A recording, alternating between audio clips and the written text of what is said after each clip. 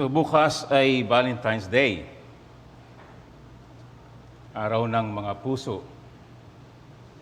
So merong legend diyan na nangyari noong 270 AD na kung saan ay pinugutan ng ulo si Valentine na isang pare daw. Siya'y pinugutan ni Emperor Claudius II kasi may mga gera at kailangan ng mga lalaking sundalo itong si Claudius II, si Emperor Claudius. Pero yung mga lalaki, dahil sa kanilang attachment sa kanilang mga asawa at sa kanilang pamilya, ay ayaw nilang magsundalo. Desperado itong si Claudius. So ginawa niya, pinagbawal niya ang engagement. Imagine mo kung engaged ka noong panahon na yon. Pinagbawal niya ang pag-aasawa.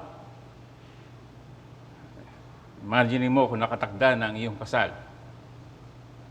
And so, palihim na si Valentine ay nagkasal ng mga young lovers.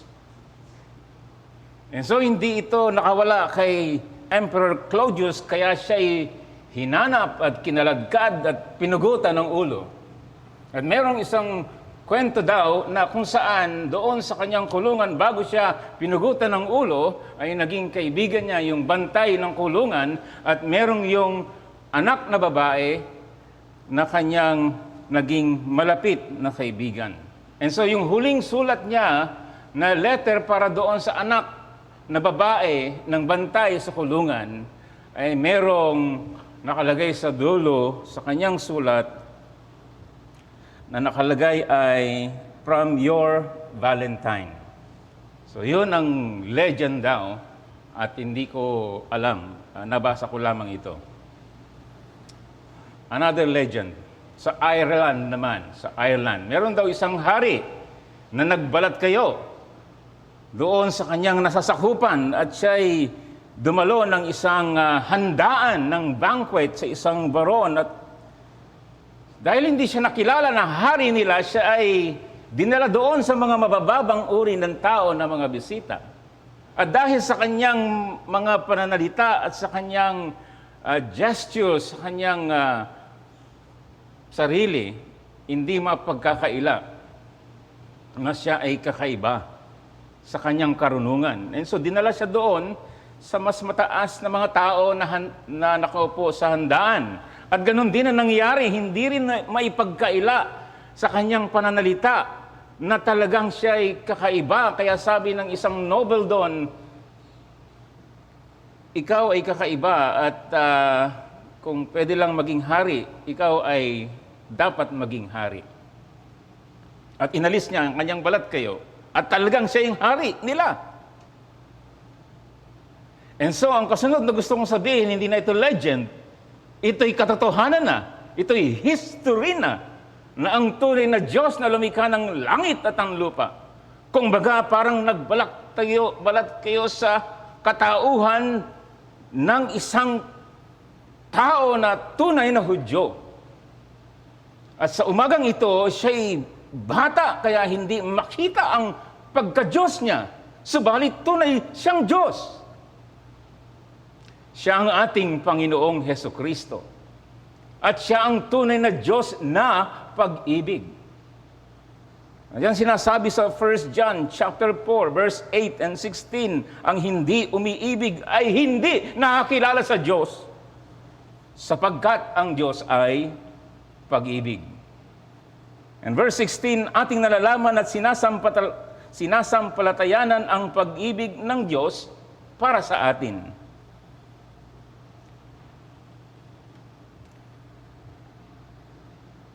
Ang Diyos ay pag-ibig at ang nananatili sa pag-ibig ay nananatili sa Diyos. At ang Diyos ay nananatili sa Kanya. So ang Diyos na ito na nagkatawang tao, ang Panginoong Hesukristo, ang Diyos na pag-ibig. Hindi lang siya pinagmumulan ng pag-ibig, siya ang tunay na pag-ibig. Kung gusto mo maintindihan ng tunay na love, dapat ay meron kang malapit na relasyon sa Kanya na pag-ibig. Kaya kung hindi nga raw tayo marunong umibig, hindi mo kilala ang Diyos.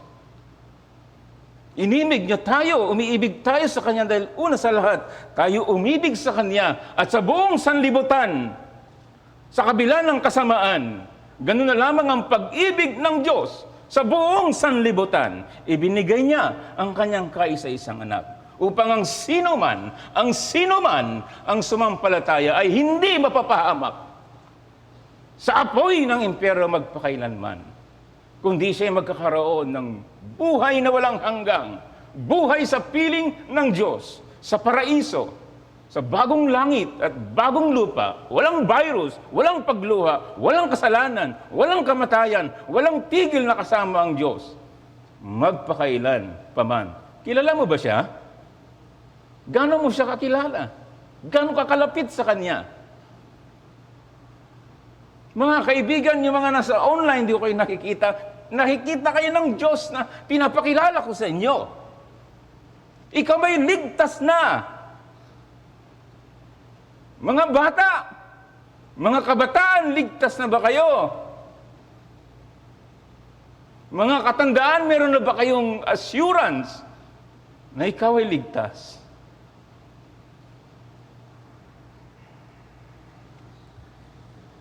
The more na natin nakikilala siya, nagkakaroon talaga tayo ng kagalakan at kasiguruhan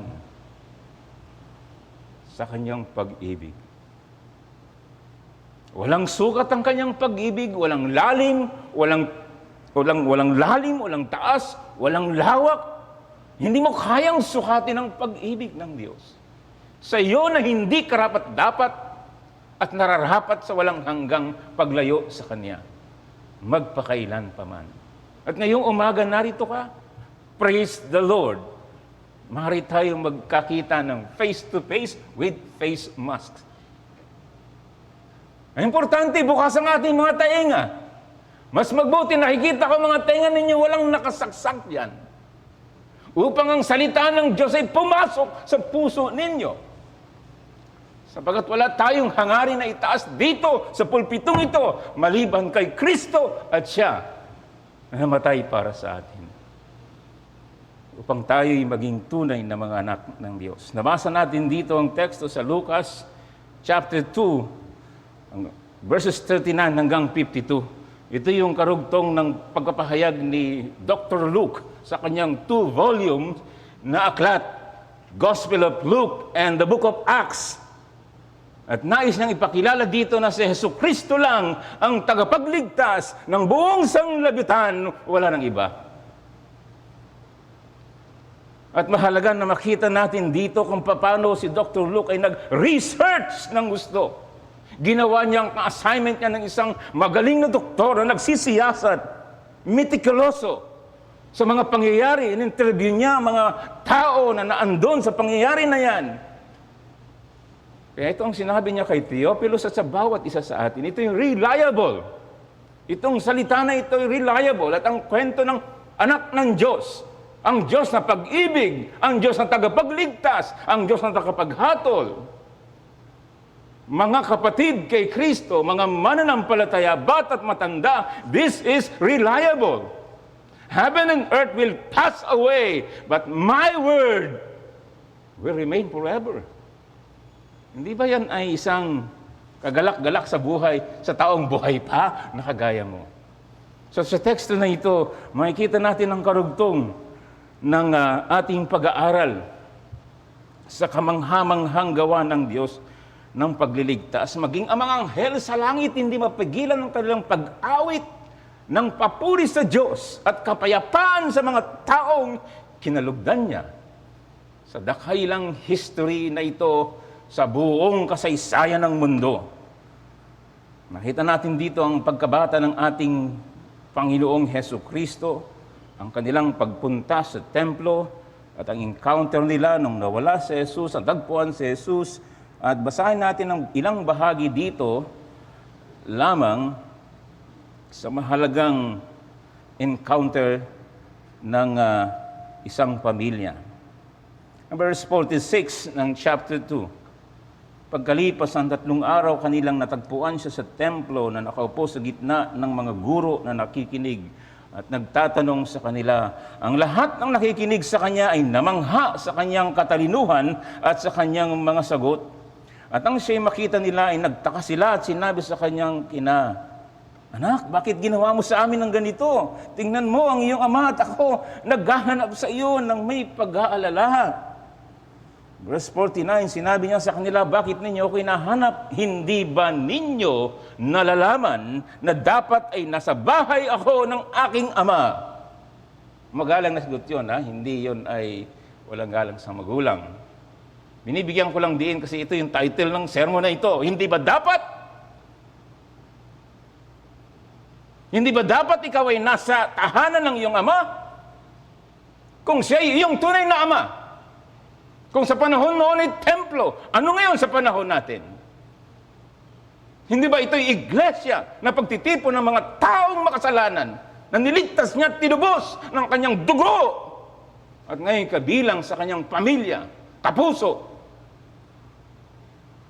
kabilang sa kaharian ng Diyos? Anong dahilan ng hindi mo pagpunta? Maraming dahilan. May mga lehitimo, may mga hindi lehitimo. Alam ng Diyos. Kung meron kang lugar na gusto mong puntahan, may paraan ka, hindi ba? So yan ang hamon ko sa iyo, sa ating lahat. Hindi ba dapat ikaw ay nasa bahay ng iyong ama na nasa langit? Ito ang modelo natin ng Panginoong Hesukristo na tunay na Diyos at tunay na tao. Ng preoccupation ng kanyang puso't buhay ay para sa kaluguran ng kanyang ama. Gusto niya na sa bahay siya ng kanyang ama upang siya ay maglingkod at sumamba. Ang ating Panginoong Hesukristo sa verse 52 ay lumago sa karunungan, sa pangatawan, at naging kalugod-lugod sa Diyos at sa mga tao. Ito ang modelo ng isang tunay na tao na siya, ikaw, dapat na tumitingin sa Kanya ay nagkakapagbigay lugod sa Diyos. At ganun din sa kapwa-tao. Ito lang ang bahagi sa Biblia ng accounts sa buhay niya bilang kabataan sa pagitan ng siya'y bata hanggang sa kanyang paglitaw sa ministeryo ng publiko ng 30 years old. Ito lang ang record. So thank you, Dr. Luke. Kung hindi sa kanyang masigasig na pag-research, wala tayong kwento nito. Itong reliable na ano nangyari sa panahon ng kanyang kabataan. Bago siya nung 30 years old ay lumantad sa publiko upang ipahayag at ipangaral ng Ebanghelyo ang kaharian ng Diyos na nagdulot sa kanya sa pagpako sa krus upang tubusin ng makasalanan. Itong kasaysayan na ito ay napakamahalaga sapagkat si Dr. Luke lang ang nagbigay sa atin nito. Bakit kaya hindi masyadong marami ang mga informasyon sa panahon na ito? Hindi yan ang intensyon ng mga authors ng Ebanghelyo. Ang intensyon nila ay upang makita natin ang pagtutubos ng Diyos sa makasalanan. So posible na ma-miss natin ang mga importanteng pagbabasa ng salita ng Diyos. Makita natin ang puso ng Diyos ay ang iyong katubusan, ang iyong kabanalan, ang iyong kalawalhatian. At yan ang tema ng buong Biblia, ang progressive na pagpapahayag ng Diyos na dapat ay ating kagalahan. At dito'y binibigyan din, mga kapatid, ang ating Panginoong Hesukristo ay tunay na Diyos at tunay na tao. At ang Panginoong Jesus ay isang mabuting halimbawa sa atin. Lalo na mga kabataan, dahil itong talata na ito ay nagpapakita nung 12 years old ang ating Panginoong Hesukristo. Tayo ng mga lumipas na sa 12, hindi ba't napakasayang balikan, ano? Kaya lang hindi natin may babalik yung mga panahon na yon. Pero marami tayong mga, alam mo na yon. At kayong nandito pa sa edad na ito, makinig kayong mabuti sa mensahe na si Jesus ay tunay na Diyos at tunay din na anak ng tao na naging masunurin sa kanyang Ama na nasa langit at sa kanyang magulang na nasa lupa. Ulitin ko ang mensahe dito sa talatang ito, na ang ating Panginoong Jesucristo ay tunay na Diyos at tunay din na anak ng tao na naging masunurin sa kanyang Ama na nasa langit at sa kanyang mga magulang na nasa lupa. Yan ang modelo ng isang tunay na taong kagaya mo. Ikaw ba'y ganyan? Ikaw ba'y masunurin sa iyong Ama na nasa langit kung ikay mananampalataya? Ikaw ba'y masunurin sa iyong magulang na ibinigay ng Diyos buhat sa langit? Kung hindi, kaya tayo nag-aaral ng magandang balita. Ang Ebanghelyo ay tungkol kay Jesucristo. At siya'y nagpapatawad ng lahat ng ating pagsalangsang. Lahat ng ating pagkukulang. Kung may guilt sa atin at meron bilang mga anak na pasaway. Narito si Jesus para magpatawad sa atin. Naparito siya upang tayo ay tubusin. Alam ng Diyos ang pagkukulang natin bilang mga anak. Lalo na ang pagiging anak ng Diyos. At naparito siya para tayo hindi lang tubusin, kundi tayo ay baguhin. Tayo ay bigyan ng kasiguruhan. Hindi niya tayo iiwanan. Hindi niya tayo pababayaan. So gusto kong palakasin ang loob ng bawat isa sa atin. Mga kapatid kay Kristo, gusto ko rin palakasin ang loob ninyo, kung ano man ang karanasan ninyo sa buhay, ano mang kasalanan ang nagawa ninyo sa harap ng banal na Diyos, parurusahan kayo ng Diyos. Subalit siya din ay nag-aanyaya, lumapit kayo sa akin. Kayo na nahihirapan dahil sa dulot ng kasalanan. At bibigyan ko kayo ng kapahigaan. Matuto kayo sa akin. Magaang aking pamato. Makakatagpo kayo ng tunay na kapayapaan. Simple lang, gusto kong gawin na outline dito. Number 1, nawala si Jesus. Pangalawa, natagpuan si Jesus. Verses 41 to 45, Jesus is lost. And then secondly, Jesus is found. Natagpuan. At diyan ay titingnan natin ang pagka-Diyos ng Panginoong Yesus at pagkatao niya. At pag-ibigay niya sa atin ng halimbawa ng tunay na pagpapasakop sa ating Diyos Ama.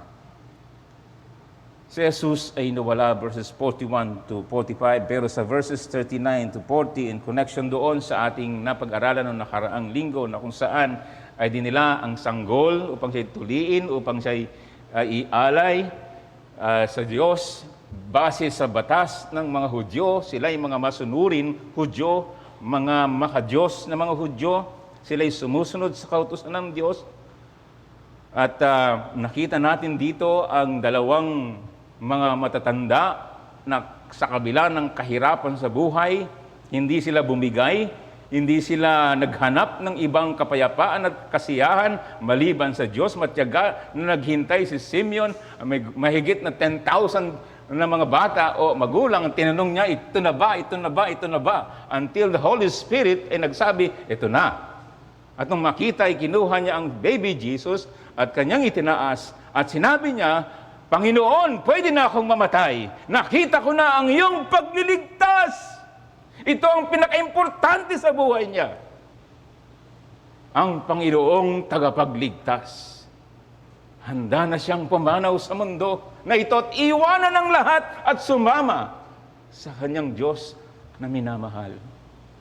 Naging hamon niya sa atin eh. Hindi ka talaga handa kapag hindi mo naranasan ang pagliligtas ng Diyos kay Jesucristo. At itong si Hannah, kahit 84 years siya na balo, napakalungkot na buhay. Hindi siya tumigil sa pagpunta sa templo. Hindi siya tumigil sa pananalangin. Hindi siya tumigil sa pag-aasa sa Diyos. Kaya nang makita niya si baby Jesus, ang Panginoong Hesus Kristo, ang Diyos na nagkatawang tao, nakita niya ang pagtutubos ng bayang Israel. Pagkatapos nito, wala na si Simeon at si Ana, Dahil sila'y nagbibigay ng daan sa pinakasentro ng lahat, ang anak ng Diyos, ang tagapagligtas. Siya ang bida sa lahat. Kagaya natin, hindi tayo magtatagal dito. Ang Panginoong Hesus Kristo ang nais nating magningning sa lahat ng panahon. Kahit kami lumipas na dito, nawa ang mga lalaking tatayo dito ay walang ibang hangarin kundi itaas ang ating Panginoong Hesus Kristo. At kung may mga tao naman pupunta dito, naway maakit sila sa Panginoong Hesus Kristo. At lalakad sila ng may motibasyon, anumang buhay ang danasin nila, may pandemya o wala, ang motibasyon nila, kasama namin ang Emmanuel, kasama namin ang Diyos, ang Panginoong Hesus Kristo. And so sa verse 39 and 40, sila'y bumalik, umuwi galing sa Jerusalem. Gawin nating reference point ang itong Jerusalem sa ating first point. Umuwi galing sa Jerusalem, bumalik sa Jerusalem, umuwi galing sa Jerusalem, bumalik sa Jerusalem. Gaano kahalaga ang Jerusalem? Na kung saan ay nandun ang templo ng Diyos, ang presensya ng Diyos, na kung saan dito sa lugar na ito, iaalay ng anak ng Diyos ang kanyang dugo para sa ikatutubos ng ating mga kasalanan. And so sa verse 40, ang ating Panginoon ay tunay na tao, tunay na bata siya. Kung anong bata, meron ng bata. Lumaki siya. Lumaki siya sa verse 40 at siya'y napuno ng karunungan. Ibig sabihin talaga, palaaral siya talaga. Nakikinig siya. Lumago siya sa karunungan. Sumakanya ang biyaya ng Diyos. Yan ang mahalagang punto, mga bata. Nadadalin dapat sa katandaan. Sumakanya ang biyaya ng Diyos. Kung hindi biyaya ng Diyos, anong meron? Sumakanyang kahangalan ba o kalokohan ba o ano ba? Kamunduhan ba? Bata ka pa lang, ang dami mo nang alam sa kamunduhan. Lalo na ngayong modern technology. Nakita niyo yung mga bata? Mga tahimik lang sila, pero ang dami nang pumapasok sa utak, di ba? Alam na nila yung nangyayari sa buong daigdig. Nakikita nila ang mga imoralidad sa mundo. Nakikinig ba kayo, mga bata? Kausap ko kayo. Hindi ko kayo nakikita na kung anong ginagawa niya sa inyong cellphone o sa inyong computer. Kung nag-aaral ba kayo o kayo ay biglang pumunta sa ibang website. Nakikita tayo ng Diyos lahat. Anong pumapasok sa utak mo at pagtanda mo, anong meron ka na dadalhin? Ikaw ba'y mapupuno ng biyaya ng Diyos o mapupuno ng sanlibutan na ikapapahamak ng iyong buhay? Ito ang ating Panginoong Hesus. Tumingin ka sa Kanya. Purihin ang Diyos. Ako'y sa isang banda naiingit sa inyo. Hindi ko alam ito. Lumaki ako na walang alam tungkol sa Kanya at sa Kanyang buhay nito sa kabataan. Siguro sa habag ng Panginoon, baka naiwasan ng maraming kalokohan, nagdudulot ng kirot, nagdudulot ng hindi magandang karanasan. Kaya maganda mga kabataan, magpuri kayo sa Diyos. At dinala kayo sa modernong technology na kung saan kahit may pandemya, pwede mo mapakinggan o kung na mismo, ano man ang dahilan, pwede mong balikan, recorded naman, huwag ka lang tamad. Upang ikaw ay mapuno ng biyaya ng Panginoong Hesukristo. So si Jesus ay lumaki sa isang pamilyang makadiyos. Sa isang pamilya na talagang sila ay dedicated sa Diyos. Mga magulang, mga mag-aasawa, importante na ngayon talaga mga binata talaga kung kalooban ng Panginoon, kayo Mag-aasawa talaga, ay ngayon pa lang ipakita nyo na ito, sikapin nyo ito sa biyaya ng Espiritu Santo dahil kung ano kayong gayon. Yan ang dadalhin nyo sa buhay mag-asawa. Hindi nyo iisipin na pagdating ng pag-aasawa kayo yung mga banal na mga tao. Ngayon, mayroong progressive na pagpapakabanal. So ngayon, bumalik sila sa Jerusalem. At nasabi dito sa verse 41, ang Panginoon natin ay 12 years old na. Verse 41, taon-taon nagtutungo ang kanyang mga magulang sa Jerusalem sa kapistahan ng Paskua nang siya'y 12 taon na. So 12 years old na umahon sila ayon sa kaugalian patungo sa kapistahan. Again, sila ay mga masunurin sa kautusan ng Diyos bilang mga Hudyo, mga tayos ito, mga tunay na mga mananampalataya ito, na magandang halimbawa na nagmamahal sa Diyos at nagmamahal sa templo niya, sa kanyang tahanan. So taon-taon sa makatwid, nakikita natin ang kanilang dedikasyon. At lumaki ang ating Panginoong Hesukristo.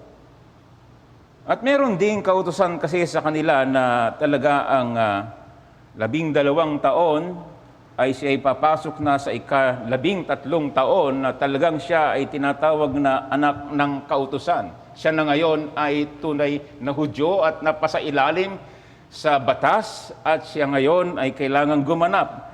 Ang tawag dito ay bar misna sa kanila, officially, bilang lalaki na Hudyo.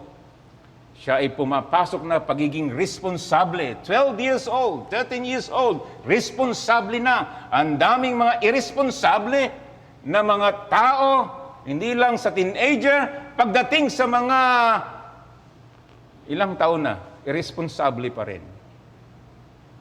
Sana makita nyo ang ebanghelyo ng Panginoong Hesukristo upang hindi pa ang huli ang lahat na ikaw ay magbago at makita natin ang ating Panginoong Hesukristo sa kanyang pagiging responsable sa harap ng Diyos at ganoon din sa kanyang mga magulang. Pero sa pagpunta nila dito bilang 12 years old, take note, Jerusalem, pinakasentro ng buhay ng mga tao ng Diyos at narito ang templo ng Diyos. At tinawag niya ito na tahanan ng aking Ama. In other words, 12 years old pa lang, malinaw na sa kanya kung sino siya.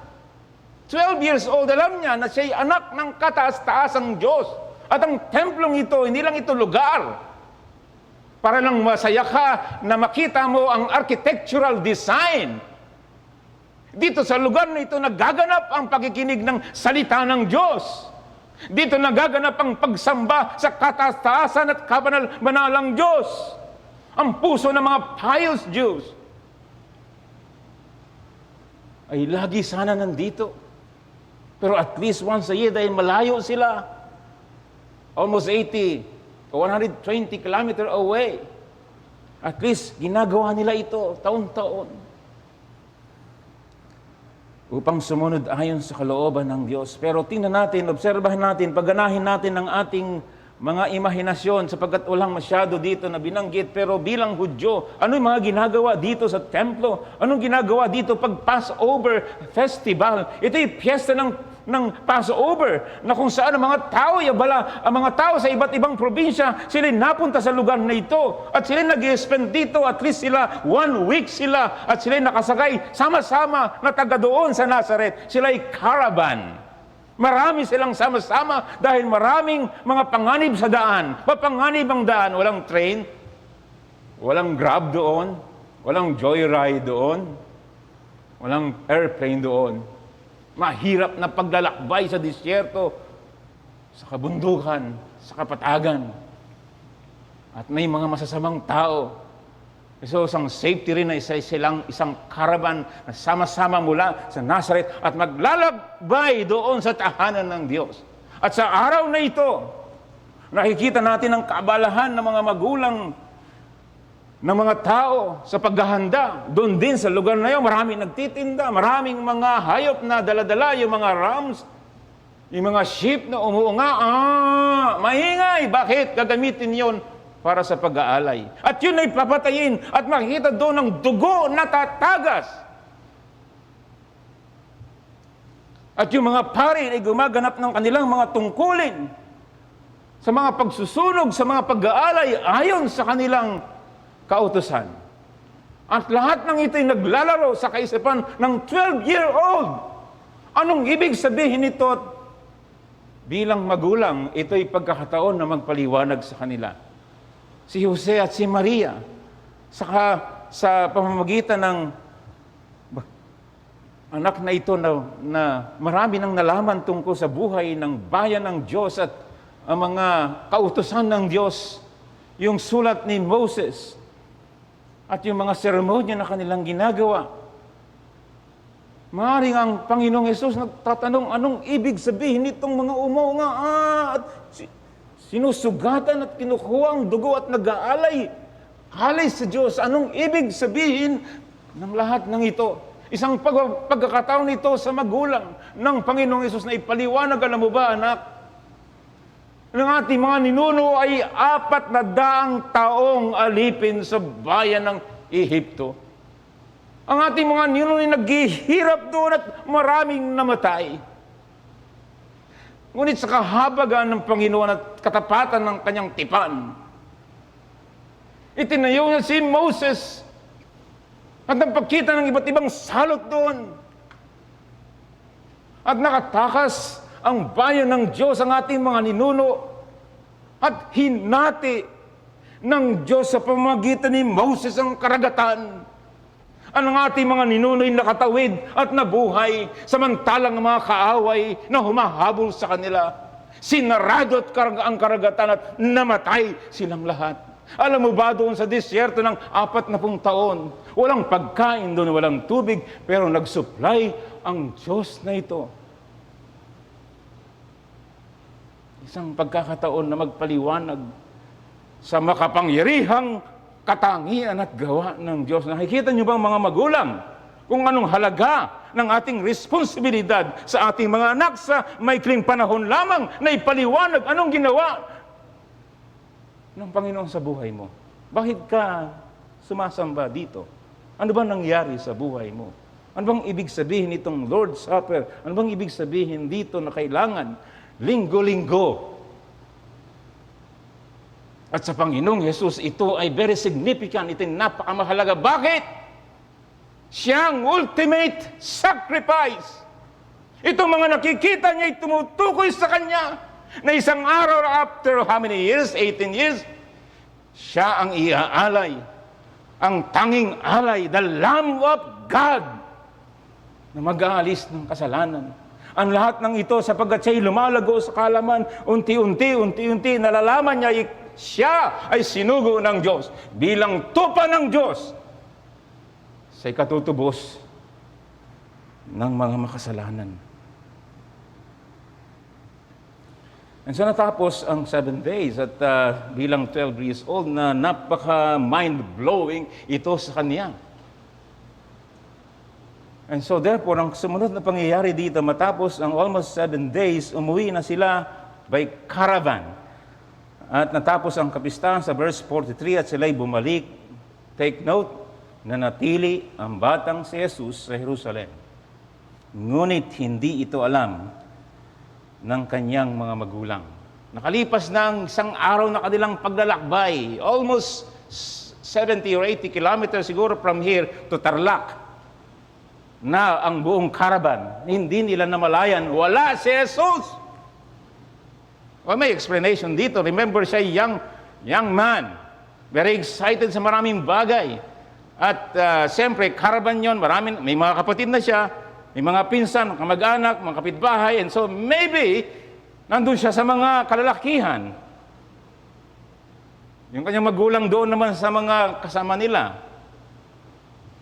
Pero hindi nila namalayan na wala pala ang Panginoon. So, may issue dito. Gusto nating may issue dito. Sabi nila, si Jesus ba ay pasaway? Siya ba ay hindi masunurin?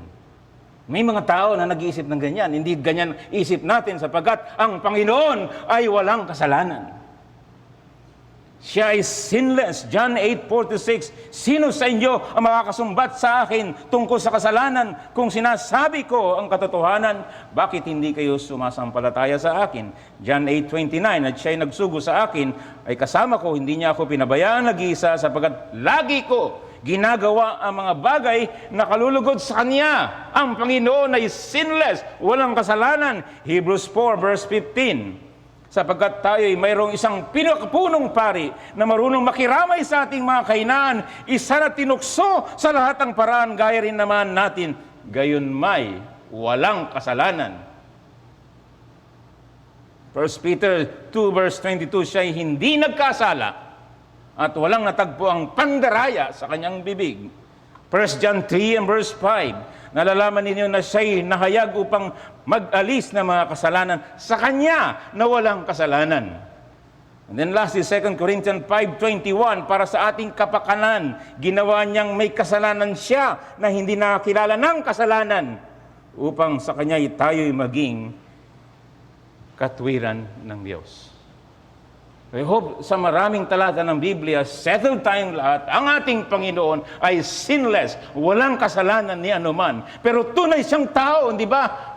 Di ba ikaw naman, di ba, merong ginagawa ka, masyado kang absorbed sa ginagawa mo. Ganun din naman ang 12-year-old. Kung siya may ginagawa, ano ba pinakakabalahan ninyo?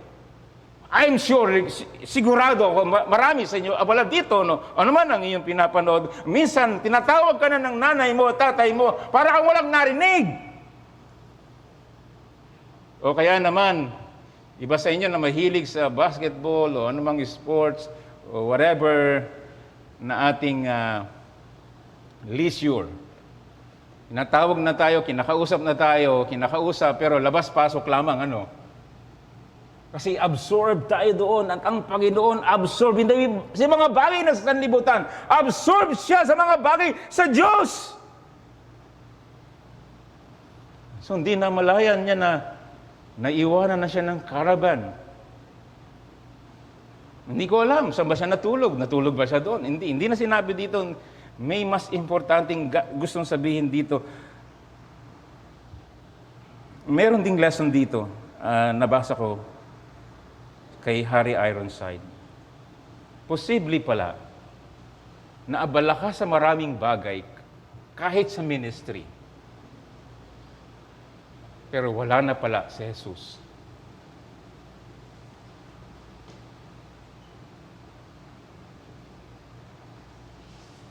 Posible pala na masipag ka sa maraming bagay kahit sa pangkaharian. Pero hindi mo na malaya ng presensya ng Panginoon. Pwedeng mangyari sa amin yan ng mga pastor na maraming gawain sa pangkaharian. Pwedeng mangyari sa ating mga deacons na abala sa mga bagay para suportahan ng kaharian. Posible mangyari ito sa ating ministry, sa Christian Compassion Ministry. Pwedeng mangyari ito sa ating Grace Ministerial Academy. Sa ating pagtulong sa mga mahihirap. Lahat ng ito ay mabuti naman at tama naman. Pero pwede pala mangyari na parang sa puso mo'y malayo ang Panginoon. May kausap pa ako dito, mga kapatid. Ganyan na ba ang iyong kalagayan? Tama naman na maging masipag tayo sa kaharian. Pero higit sa lahat, ang lahat ng ito ay tumuturo sa relasyon natin na higit sa lahat, lalago tayo sa Panginoon. Higit sa lahat, mahal natin ang Panginoon. Higit sa lahat, nagtitiwala tayo sa Panginoon. Higit sa lahat, ang pag-asa natin ang Panginoong Hesukristo. Yan ang dahilan bakit nagtitipon tayo. Yan ang dahilan kahit na Kahit na sa online ay nananalangin tayo sa Kanya, nakikinig tayo sa Kanya dahil gusto nating lumago ang ating relasyon sa Kanya. Kung dumating man ang panahon, kagaya ni John Newton, na nalilimutan niya ng lahat dahil sa katandaan, dalawang bagay ang hindi niya nalimutan. Na ang Panginoon, ang aking dakilang tagapagligtas. Una, ako ay dakilang makasalanan. Ang Panginoon ang aking dakilang tagapagligtas. Yan ang kailangan natin dito sa mundo na puno ng kahirapan at kabigatian. The only way to survive is for us to be closer to God, to our Savior. Mga kaibigan, kung wala kay Kristo, mapapahama kayo magpakailanman. Sa mga kabataan, mga kaibigan, hindi po relihiyon ang pinag-uusapan natin dito, kundi ang anak ng Diyos, ang kaisa-isang anak ng Diyos na naparito upang tubusin tayo sa kasalanan at bigyan tayo ng buhay na walang hanggan. Sa ikalawang bahagi, si Jesus ay natagpuan sa verses 46 to 51. Natagpuan nila pagkatapos ng kanilang paghahanap ikatatlong araw. Remember yung torture nito sa magulang. Alam niyo naman magulang pag nawala ang iyong mga anak, ano? Naranasan niyo na ba yun? Naranasan niyo na ba na mamimili kayo halimbawa sa Divisoria, tapos abala ka sa pagkikipag-usap sa tindera, at sinabi mo sa anak mo, diyan ka lang, okay? Humawa ka mabuti, diyan ka lang, makinig ka. Abala. Isang iglap mo, nawala ka! Nakita mo, isipin mo yung terror nito sa iyong puso, yung takot mo, yung kalituhan mo, yung tanong mo kahit saan na, nasaan na yung aking anak? So, maintindihan natin si Maria at si Jose. Maintindihan natin kung gaano kahirap ang maging magulang ng anak ng Diyos. Unawain natin yon. And so, nakita nila after 3 days at nakita natin dito sa verse 46, pagkalipas ng 3 araw, natagpuan siya sa templo, nakaupo sa gitna ng mga guro, nakinig at nagtanong sa kanila. Ang lahat ng nakinig ay namangha sa kanya. Ang Panginoong Hesukristo ay naandun kasama ng mga theologians, na mga galing sa mga bagay sa Diyos. At siya'y nagtatanong at nabibigay din siya ng kanyang mga nalaman at namangha ang lahat ng tao. Yun ang eksena sa templo. Remember, nung paglalakbay nila isang araw para hanapin kung saan-saan ang Panginoong Yesus, and then natagpuan nila sa templo. At si Jesus ay tinanong ng kanyang ina sa verse 48, Anak, bakit mo? Hindi ko alam kung ano eksaktong salita ni Maria, no? Basta ganun nung pangyayari at sabi niya, Anak, bakit ginawa mo sa amin ng ganito? Tingnan mo ang iyong ama at ako ay naghahanap sa iyo ng mga pag-aalala. Naghahanap sa iyo ng may pag-aalala. So, ano sa tingin niyo yung tono na yon? Of course, naandun na talagang pag-aalala. Pero nakita niyo ba bilang magulang ang maaaring pag-iisip na may nagawa kang kasalanan o kamalian? At yun ay sinabi niya sa harap ng mga tao na nakapakinig. Mga doctors of theology ng salita ng Diyos. And so mahalaga ito na sagot ng 12-year-old na anak ng Diyos sa verse 49. Bakit niyo ako hinahanap? Hindi ba ninyo nalalaman na dapat ay nasa bahay ako ng aking ina? Hindi niyo ba nalalaman? So balikan natin ang kasaysayan kung paano ang anghel ay nagpahayag kay Maria samantalang siya ay isang dalaga at nagpahayag ang kanyang sinapupunan ay papangalang Jesus sapagkat siya'y tagapagligtas ng makasalanan. Siya'y Emmanuel, ibig sabihin kasama natin ang Diyos. Sinabihan sa kanya na may tuturok din sa kanyang puso dahil sa kanyang anak sa laman. sa mangyayari sa Panginoong Hesus Kristo sa hinaharap. But the point is, nakita natin ang Panginoong Hesus Kristo, alam niya, may kamalayan siya, naparito siya para gawin ang kalooban ng Ama. At ang salitang Ama ay makikita natin sa mga sumusunod sa Ebanghelyo ni Lucas na maraming bahagi na andito siya para gawin ang kalooban ng Ama. Narito siya upang tuparin ang kalooban ng Ama. At siya'y nagpasakop sa kalooban ng Ama. Malinaw sa Kanya. Malinaw ba sa iyo? Yung Ama ng Panginoong Hesus Kristo ay Ama din natin. Malinaw ba sa iyo? Ang mission mo sa buhay bilang anak ng Diyos. At kung di ka anak ng Diyos, anak ka ng dyablo. At sasama ka ka-dyablo. Gusto naming maligtas ka ngayon. Upang malaman mo ang kalooban ng iyong Ama na nasa langit.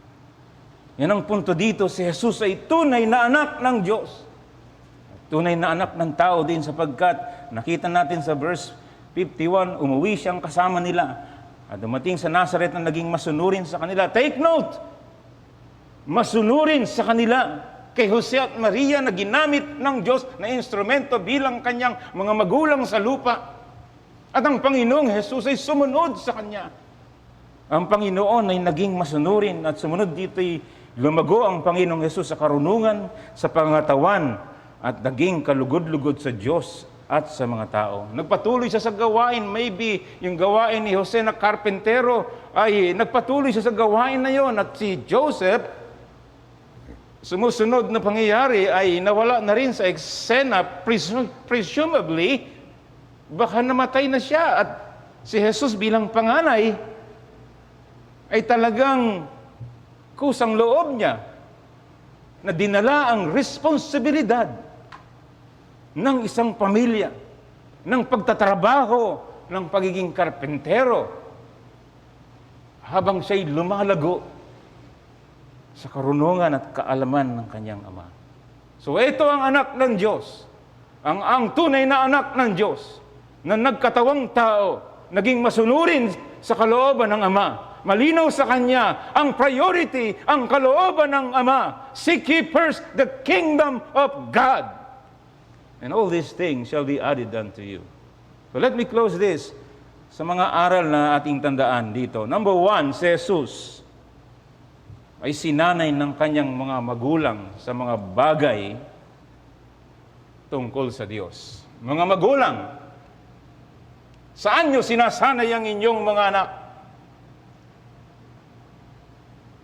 Maging excellent lang ba sa mga mathematics, science, and technology? Hindi sa mga bagay sa Diyos.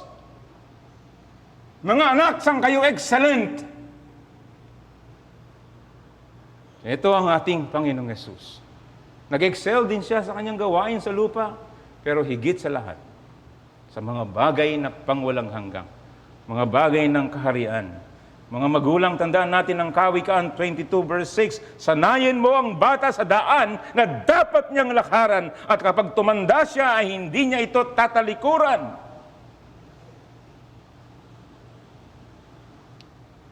Alat natin ang Efeso 6. Mga bata, igalang niyo ang inyong mga magulang. Ito'y tama, ito'y mabuti, ito'y may pangako. Ang tanging utos, ikalimang utos ng Diyos na may pangako. At mga magulang, mga ama, gabayan ninyo ang iyong mga anak sa disiplina at pagtuturo ng Panginoon. So mga kapatid sa CCM, napakaganda ng inyong ginagawa sapagkat ginagamit kayo ng Panginoon para gabayan natin itong ating mga anak dito. At mga magulang, nawa ito ay maging hamon sa atin at ituro natin ang halimbawa ng Panginoon. Pangalawa, nakita natin dito ang Panginoong Hesus. Naniniwala siya sa responsibilidad sa Diyos ay prioridad sa lahat. Sa lahat ng mga bagay dito sa lupa, prioridad ang Diyos, ang kalooban ng Diyos, priority. Kung magbanggaan ang mga bagay dito sa lupa, maging sa kanyang magulang, una ang Diyos. Pero hindi nawawala ang paggalang.